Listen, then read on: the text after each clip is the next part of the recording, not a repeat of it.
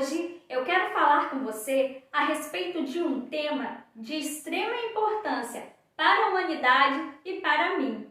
Tão importante que foi por causa dele que eu comecei a me engajar politicamente e a tomar os meus posicionamentos já assumidos. Isso porque trata-se de uma das pautas mais caras do catolicismo, a pauta pró-vida. A vida é uma realidade natural, mas também é um direito. O direito à vida é o mais relevante de todos os direitos, pois é um pré-requisito para a existência e o pleno exercício de todos os outros. Como trata-se de uma realidade natural e inerente ao ser humano, não é um direito concedido, mas reconhecido pelo Estado. No Brasil, a nossa legislação assegura a inviolabilidade do direito à vida tanto no artigo 5º da Constituição Federal de 1988, quanto no artigo 2º do Código Civil, que diz: a personalidade civil da pessoa começa do nascimento com a vida, mas a lei põe a salvo, desde a concepção, os direitos do nascituro. O artigo 7º do Estatuto da Criança e do Adolescente também endossa a proteção à vida, afirmando que a criança tem direito à proteção à vida e à saúde e ao nascimento e desenvolvimento sadio e harmonioso em condições dignas de existência.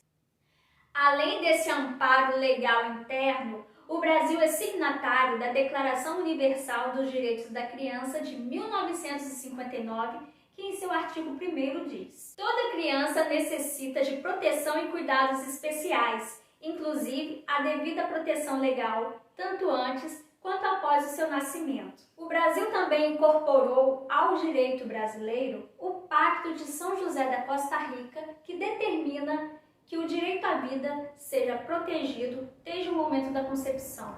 Assim sendo, atentar contra a vida em qualquer fase é um crime, e no caso do assassinato de crianças ainda no ventre materno, o Código Penal brasileiro tipifica como aborto, prevendo detenção de até 10 anos. De acordo com o Código Penal brasileiro, artigo 124.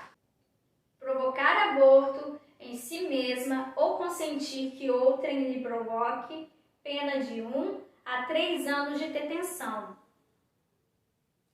Artigo 125. Provocar o aborto sem o consentimento da gestante, pena de reclusão de 3 a 10 anos. Artigo 126. Provocar aborto com o consentimento da gestante, pena de reclusão de 1 a 4 anos. Parágrafo único. Aplica-se a pena de 3 a 10 anos se a gestante não for maior de 14 anos, a gestante for alienada ou débil mental, ou o consentimento for obtido mediante fraude, ameaça ou violência. Artigo 127. As penas serão aumentadas de 1/3 se, em consequência do aborto ou dos meios empregados para provocá-lo, a gestante sofre lesão corporal de natureza grave, e são duplicadas se por qualquer dessas causas lhe sobrevém a morte. Segundo o Código Penal, o aborto torna-se um crime sem punição, atenção, não deixa de ser crime, apenas deixa de ter punição, nos seguintes casos: estupro ou quando não há outro meio de salvar a vida da gestante. Além dessas hipóteses, em 2012, o Supremo Tribunal Federal acrescentou como nova exceção quando a criança tem anencefalia, ou seja, não tem cérebro. Ainda falando em direitos humanos, dentre os direitos de primeira geração estão as liberdades individuais, e isso inclui a liberdade religiosa. E falando em religião, para os cristãos, o aborto é mais do que um crime, é um pecado grave, e essa prática também é reprovada pelo Espiritismo. Agora, levando em conta dados de 2010 do IBGE, 64,4% dos brasileiros são católicos, 22,2% dos brasileiros são evangélicos e 2% são espíritas. Isso significa dizer que a imensa maioria da população professa um credo em comum anti-abortista.